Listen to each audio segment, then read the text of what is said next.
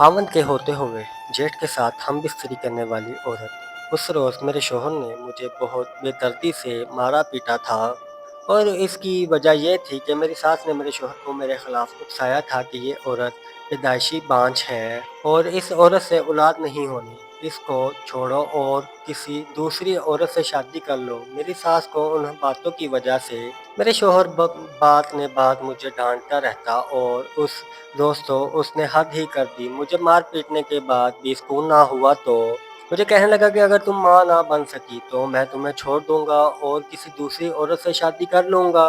मेरा जेठ शौहर का बड़ा भाई पास ही खड़ा था और सारा मंजर देख रहा था।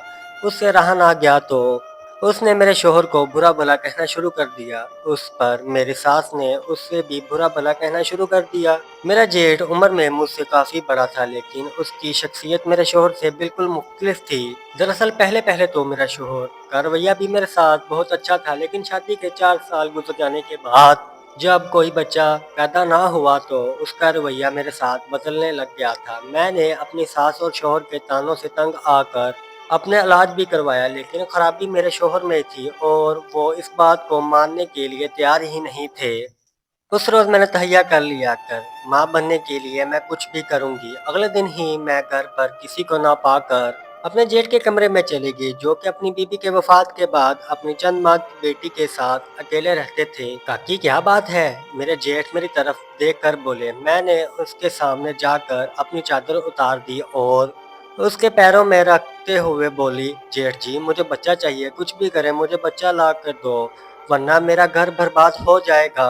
अब मैं और मार नहीं खा सकती और ना ही ये दुख बर्दाश्त कर सकती हूँ कि वो मुझे छोड़कर किसी और का हो जाए। ये कहकर मैं आगे बढ़ी और जेठ के करीब जाकर खड़ी हो गई। मेरा जेठ ने मेरी सारी बात समझ ली थी। वो पीछे हटते हुए बोले, नहीं काकी ये सब गलत है, मैं ऐसा नहीं कर सकता। मैंने कहा कि तो ठीक है, फिर जब तुम्हारा भाई मुझे पीट पीट कर मार डालेगा या मुझे छोड़ देगा तो तुम मेरी बेबसी देखकर खड़े रहना और मुझे मरता हुआ देखते रहना। ये कहकर मैं वापस मुड़ने लगी। ठीक है, उसने मेरे कंधे पर हाथ रखा और मुझे अपनी तरफ खींच लिया और मैं चुपचाप उसके सामने बिछ गई। और उस वक्त अपना घर बचाने के लिए मैं और करती भी तो क्या, खैर कुछ ही दिनों बाद मैंने अपने शौहर को खुशखबरी दे दी कि अब मैं माँ बनने वाली हूँ और इस खबर पर वो ऐसे खुश हुआ जैसे किसी कातिल की सजाए मौत माफ़ होने पर वो खुश होता है। दोस्तों, इस कहानी का मकसद सिर्फ ये है कि हमें इससे सबक हासिल करें और औरतों पर जो जुल्म हमारे माशरे में रिश्तों के चक्रों में पेश कर दिया जा रहा है वो ना किया जा सके।